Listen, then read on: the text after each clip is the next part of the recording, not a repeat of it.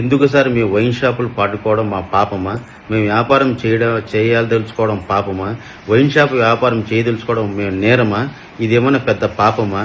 మేము మీ గవర్నమెంట్ నడుస్తున్న ఆంధ్రప్రదేశ్ ప్రభుత్వంలో మాకు మీరు మోసం చేసి 20% ఇస్తారని చెప్పి ప్రజలందరినీ నమ్మిపెరిచి ఇప్పుడు మొదట 4 నెలల్లో 9% ఇచ్చి ఇప్పుడు 13% ఇస్తూ మమ్మల్ని ఏ విధంగా వ్యాపారం చేయదలుచుకోవాలి? మళ్ళీ మీ రెంటల్ కోసం మేము మళ్ళీ అప్పులు చేయాల్సి వస్తుంది.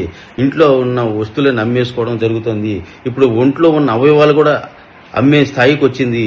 మీరు మమ్మల్ని కాపాడడము, మాకు ఇస్తానని 20% ఇవ్వడము, లేదా ఆ షాపులు తీసేసుకొని మీరు గత ప్రభుత్వం లాగా ప్రభుత్వ వైన్ షాపులు నడుపుకోవడము చేయండి. మమ్మల్ని కాపాడండి, మమ్మల్ని రక్షించండి. మనం ముందుకు అడుగు వేసి 20% ఇచ్చేంత వరకు ప్రభుత్వంతో మనం పోరాడదాము, లేదా వైన్ షాపులను క్లోజ్ చేసి ప్రభుత్వానికి అప్పచెప్పేంత వరకు మనం నిలిచిపోదాము.